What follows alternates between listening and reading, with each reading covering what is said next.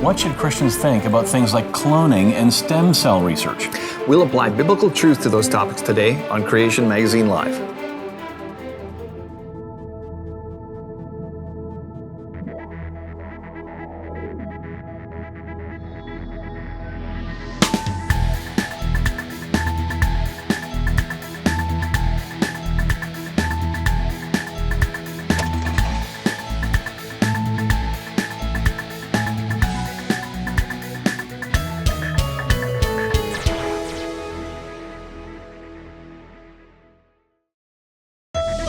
Welcome to Creation Magazine Live. My name's Richard Fangrad. And I'm Calvin Smith. Now this week on Creation Magazine Live, our topic is stem cells and cloning, the stem cell research and cloning. Now both of those technologies have been around for quite a while now, and they often generate controversy.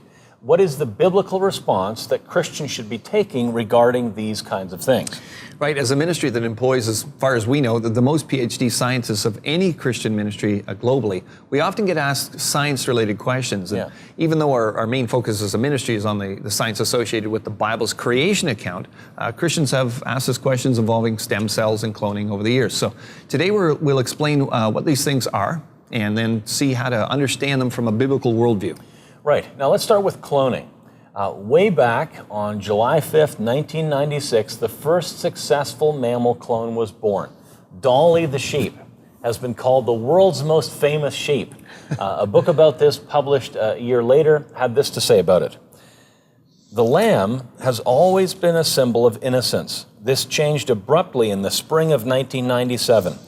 Dolly, a barely 3-month-old sheep, hit the headlines, displacing politicians and pop stars from the front pages of newspapers and magazines. Overnight, the fluffy white lamb of innocence had become a symbol of threat to the human society through an eerie new technology, cloning. Right, so how did this scientific breakthrough happen? Well, she was cloned by Sir Ian Wilmot, Keith Campbell and colleagues at the Raslin Institute, part of the University of Edinburgh in Scotland, and the biotechnology company PPL Therapeutics, based near Edinburgh. So Wilmot's experiment involved 3 adult female sheep. He first took an udder cell from a sheep A, we'll call it, a 6-year-old of the Finn Dorset breed.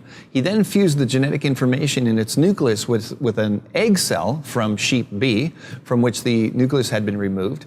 And tiny electric shocks were used to get this new combination egg cell to divide, and the resultant embryo was implanted into the womb of sheep C, where it developed just like any other sheep embryo. All right, 150 days later, Dolly became the first sheep to be born without a father. And that was quite a breakthrough. But how do we judge cloning according to the Bible? In answering, we need to give just a little bit more background. Let's do that. Yeah, you know, the cells in a living being, whether it's in the skin, the lungs, the nose, or elsewhere, have a complete set of genetic instructions known as the genome. And so from the very first division of the fertilized egg, the nucleus of every cell stores the complete genetic information. Right. At a very early stage in embryonic development, the cells specialize or differentiate so that some become nerve cells, some skin cells, bone cells, etc. Each performs different functions based on different parts of the genetic code.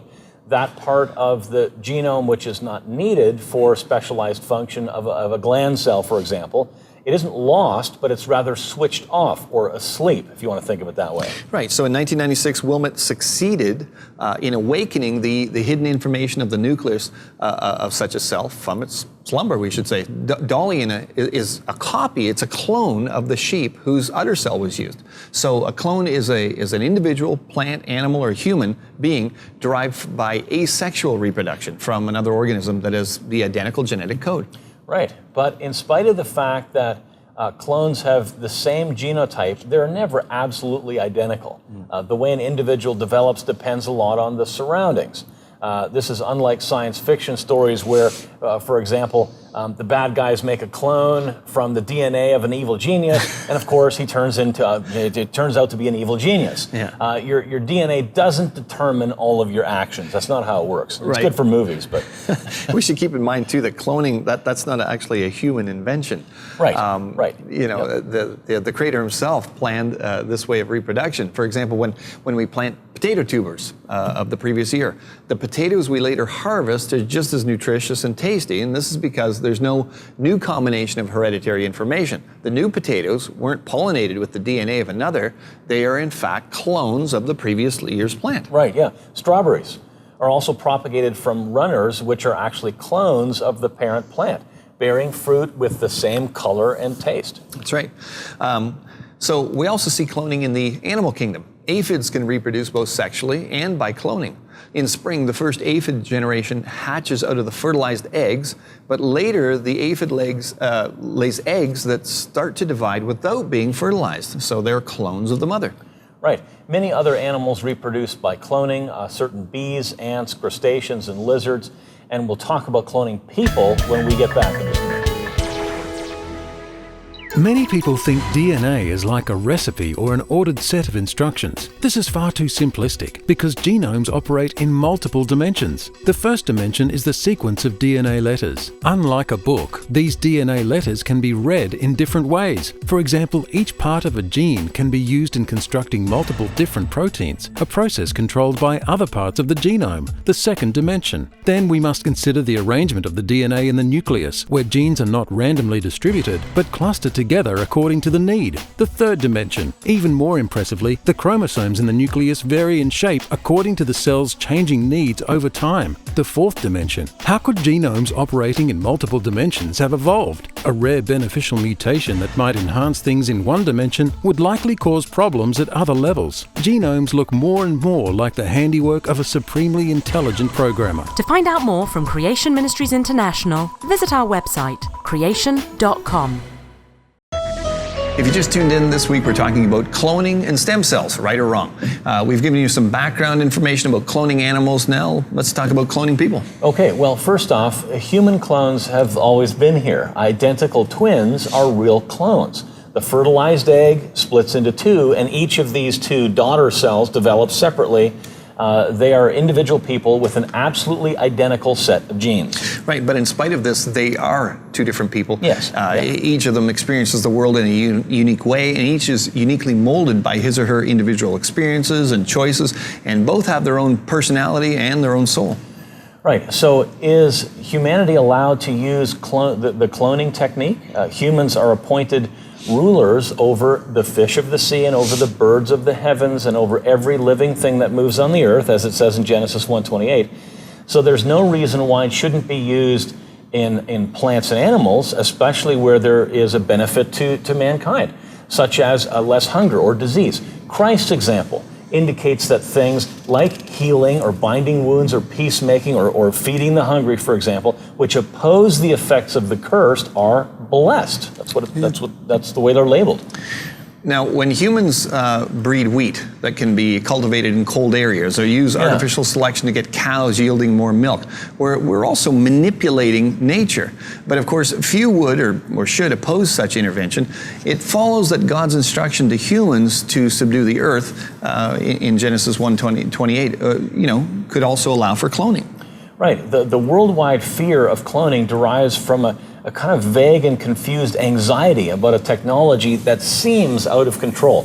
Back in 1997, that was the year after Dolly was born, an article in the German magazine Der Spiegel said this: biologists and doctors anywhere in the world could hit upon the idea of generating genetically identical copies of geniuses, top-class athletes, artists, or movie stars. The person off the shelf, or Homo Xerox, would no longer be mere fiction. Even Hitlers and Stalins could be produced in labs of biomodelers if only one usable cell of theirs could be found. Well, actually, that's not going to happen. No. There's a section in the article by Dr. Werner Gitt on cloning titled, "Would a Clone of Lenin Be Another Lenin?" Right. And he writes this: while unlikely, the mummified body of Vladimir Ilyich Lenin might still provide a complete genetic blueprint of his DNA. What if someone with sufficient technology were to use this to make a clone of the father of the Russian Revolution? He continues, many people are unaware that Lenin was one of the most bloodthirsty tyrants of this whole evolutionized century. And he's talking here about the 20th century. A recent Time article said his total ruthlessness was a model for Stalin, Mao, Hitler, and Pol Pot. It cites one of the key Soviet dissidents of the era as stating that from Lenin's neat pen flowed seas of blood. A clone of Lenin would not necessarily give rise to a similarly murderous individual. The interaction of his identical genetic blueprint with the countless differences in his environment and opportunity means that Lenin's hypothetical offspring would likely be very different from his parent. Right, and he continues, as a human being, he would have a unique soul. He could make his own choices in all manner of areas, including rejecting the evolutionism which turned Lenin into a mass killing machine. He might even become a born-again believer in the risen Lord Jesus. So while not justifying human cloning, common fears about armies of identical, ruthless dictators lack a factual basis. So hopefully that brings some clarity to some of the fears that about human cloning. But there are legitimate fears of human cloning that do actually need to be addressed. Right. A major reason for this fear is that in today's evolutionized world, there's no dividing line between the animal kingdom and humans. Mm-hmm. And often the same criteria, the same ethical standards are applied to both. The Bible, on the other hand, draws a clear line between animals and humans and gives ethical guidelines. Right, now we're going to continue with this after the break, but if you want more information, read the article Cloning, Right or Wrong at creation.com/cloning-right or wrong with dashes in between. And much of the content of this show comes from that article that was published in Creation magazine way back in 1998. For a more in-depth understanding of topics relating to the creation-evolution debate, the Journal of Creation contains peer-reviewed research papers that support the biblical account of creation, the flood, and the fall. One subscriber said, "I always assumed that this journal would be too academic for me." Not so. I am a Christian with a very inquiring mind. With each issue, I find powerful articles that open doors and shine light on my understanding of the world. Each Journal of Creation is more than 120 pages and published 3 times a year. To subscribe, visit creation.com. All right, on this week's episode, we're talking about cloning and stem cells. Now, we'll get to the bottom of the bottom line about cloning shortly, and then we'll move on to understand stem cell research in the light of the Bible. Right. One of the biblical reasons human cloning is wrong is that humans were created separately in God's image, unlike the animal kingdom. So humans exist beyond physical death. We're eternal creatures, and you can read about that in Luke 16:19-31, Philippians 1:23, and many other places. And nowhere is this indicated for animals. Right, yeah.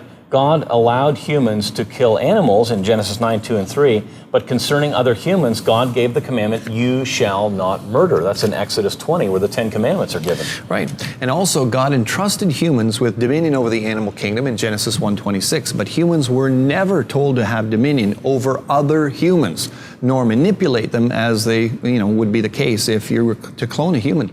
Right, yeah. Furthermore, humans are meant to have fathers and mothers to be the offspring of a sacred marriage relationship. The family is ordained by God. But of course, circumstances in our fallen world mean that children sometimes have to be raised by only one parent, but a clone could never have 2 parents. Thus, the artificial cloning of a complete human being is opposed to biblical principles because it deliberately sets out to cause such a situation. Right, and there are further reasons for rejecting the artificial cloning of humans. Each fertilized egg, including those from cloning, is a new human individual. But perfecting the cloning technique requires many experiments, and many individuals would be enabled to start life only to be deliberately destroyed, and killing innocent humans is murder. Right. The research director of a biotechnology firm said this: "My own view is that the research," he's talking about human cloning, "is immoral at the present time and should always be immoral.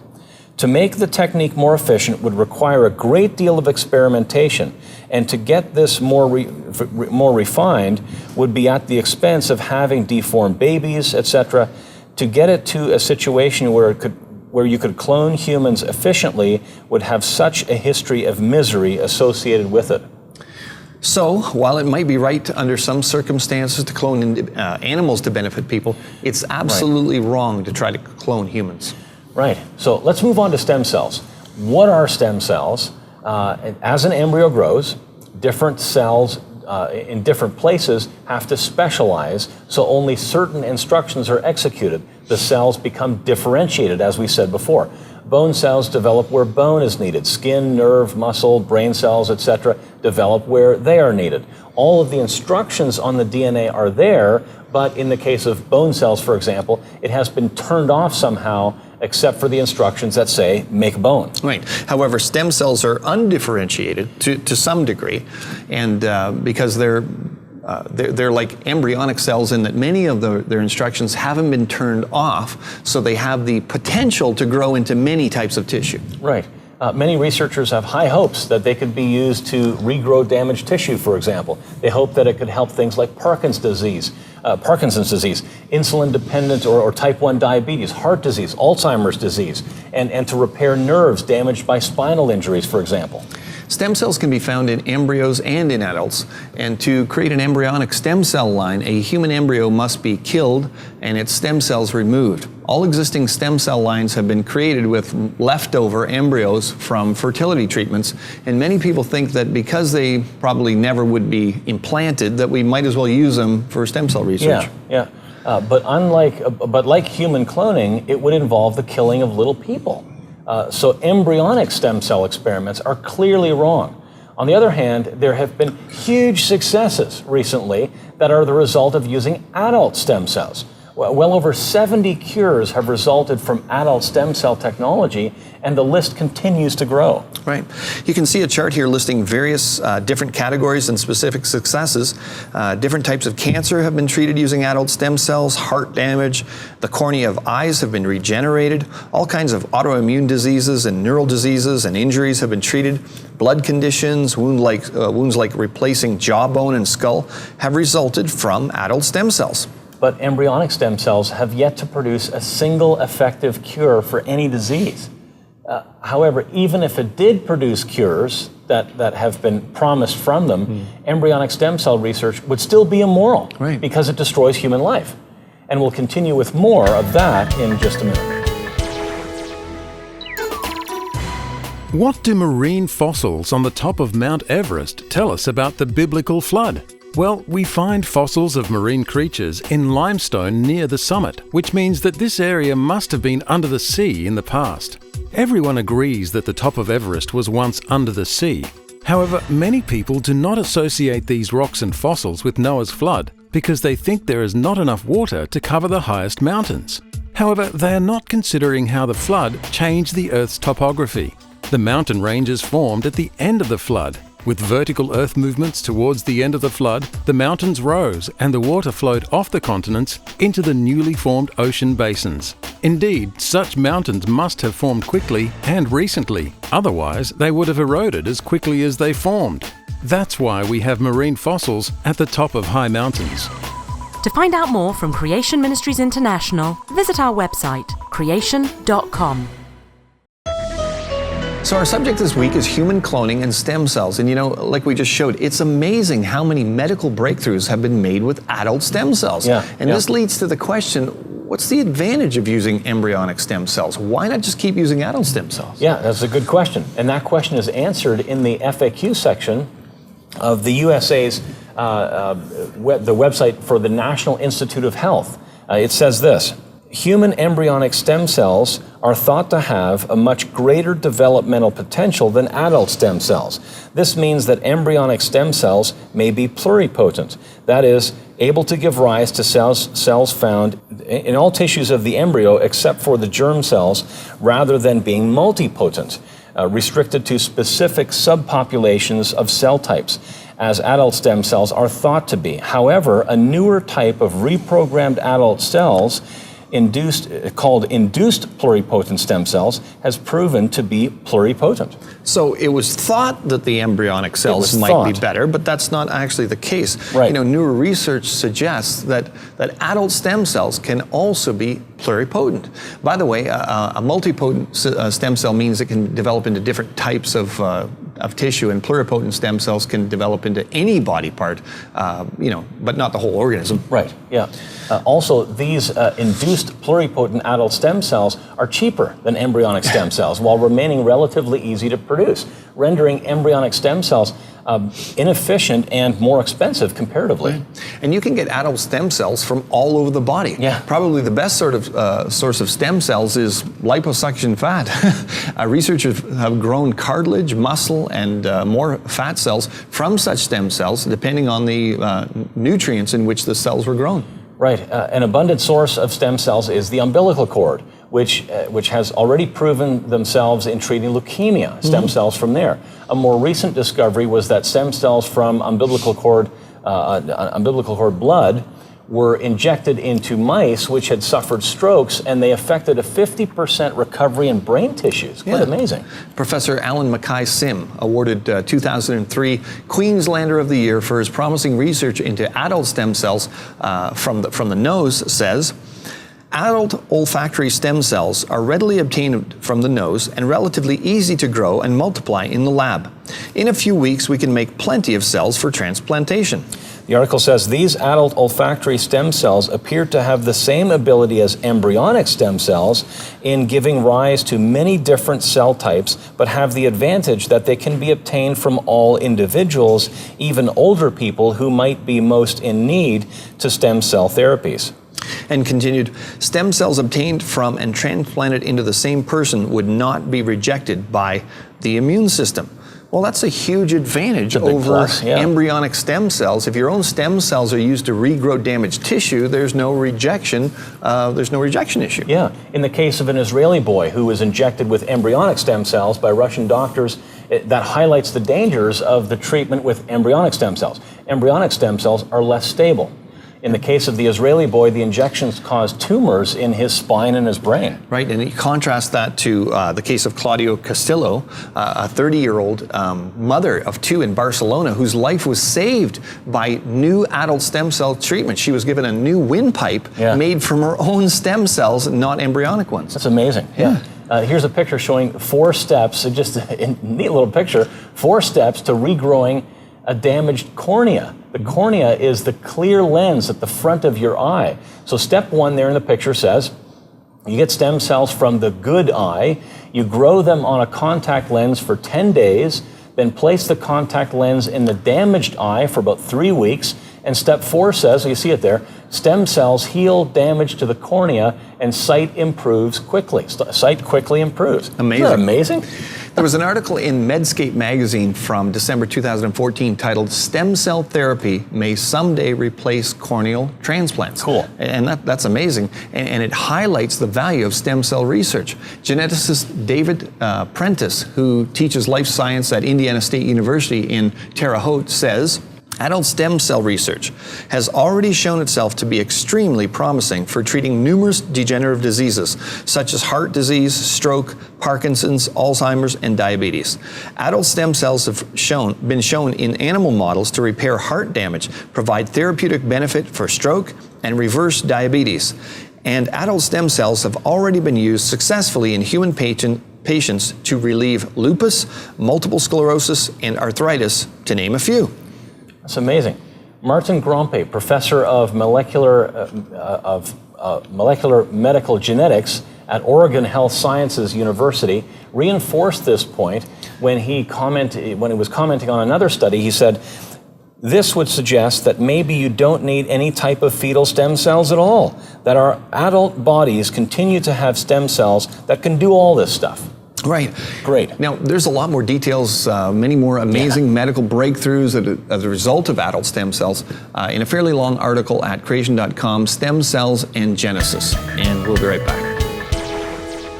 Are you skeptical about Christianity? Perhaps you're a Christian but know someone who won't consider Christianity. Christianity for Skeptics is one of CMI's most popular books. Written by Drs. Steve Kumar and Jonathan Sarfati, this powerful resource refutes many attacks on the Christian faith. It contains cutting-edge research, solid theology, and a summary of the Christian roots of science. Questions about Islam, atheism, suffering, evidence for God, and more are answered. Full of bright, catchy illustrations and a sleek modern style, this book draws in any reader. Purchase this resource and many others at creation.com.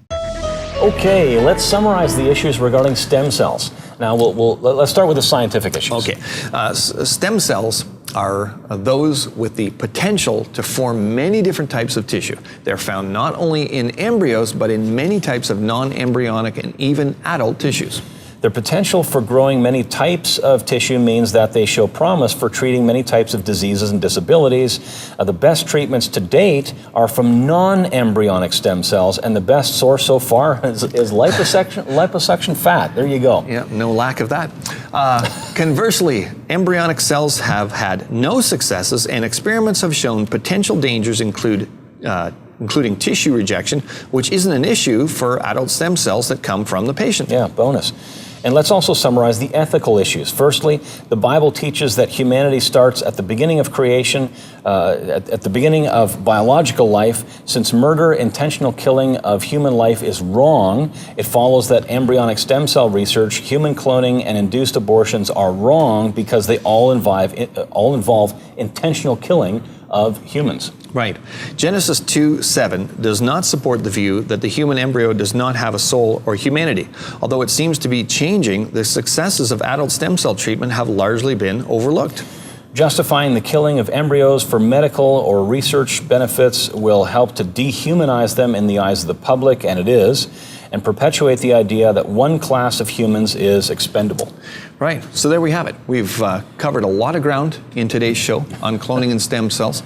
And for more details, there's a whole section on the website that's a collection of our key articles on stem cells and cloning. And you can just go to creation.com/cloning and you can find just a wealth of material there. It's very, very interesting. Yeah, it's amazing that with all of the advances that have been, the medical advances that have been made with adult stem cells, that you could ask the question, and maybe you are, why bother with embryonic stem cells at all? Absolutely.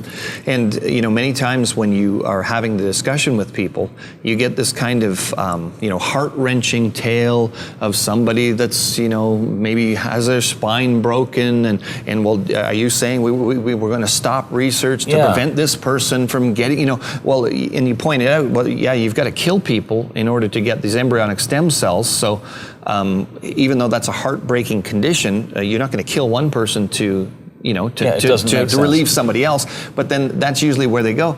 But when you actually look at the research, it hasn't been successful anyway. So you're much better off just continuing along the path of adult stem cells. You don't have the moral issue at all, and it's better. Yeah, the list of successes with adult stem cells, like we had the chart up there before, is growing all the time. That article, we keep updating and adding new research successes. But, right. Amazing. Yep. It's kind of a fun topic to talk about and controversial. Of course, that's where we live as a ministry, I guess, in controversy. But if you want more of that kind of information, get the magazine, Creation Magazine. This is Creation Magazine Live. Yep. Creation Magazine, you can view a free digital copy online. You can flip through the pages online, go to creation.com/freemag, check it out. If you like it, subscribe. Just go to creation.com, you subscribe yourself up there, and you can get the print and the digital version.